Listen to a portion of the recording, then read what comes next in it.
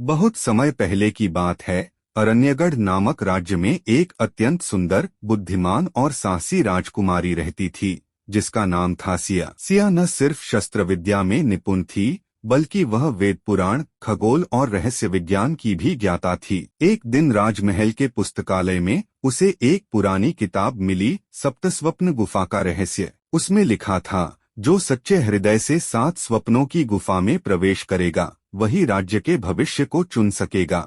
यह पढ़कर सिया को उत्सुकता हुई, क्योंकि पिछले कुछ वर्षों से राज्य में अजीब घटनाएं हो रही थीं। फसलें सूख रही थीं, नदियां सूख गई थीं और आकाश में कई बार विचित्र रंग के बादल मंडराते।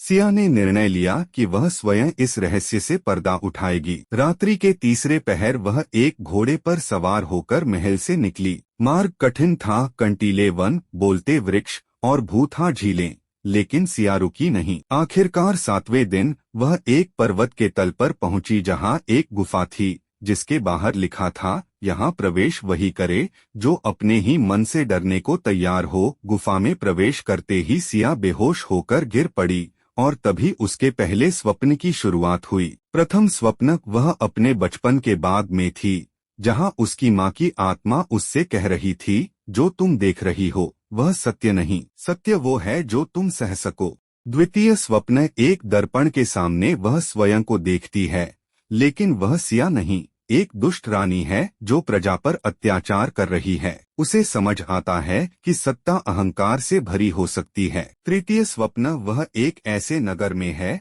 जहां सब कुछ सोने का है, लेकिन कोई भी जीवित नहीं। उसे समझ आता है कि धन से जीवन नहीं होता। इसी तरह एक एक करके उसने 7 स्वप्न देखे। हर स्वप्न उसके अंदर की कमजोरी, भय और लालच को दिखाता। आखिरी स्वप्न में वह एक द्वार पर खड़ी थी।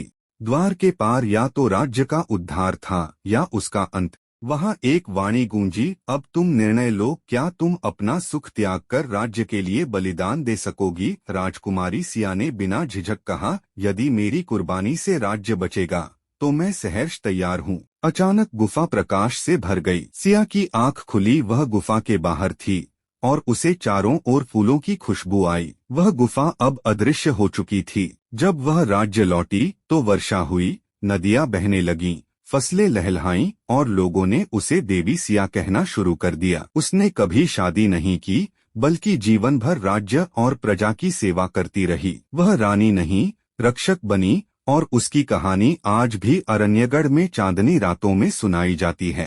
तो ऐसे ही रहस्यमय कंटेंट के लिए लाइक और सब्सक्राइब करना ना भूले।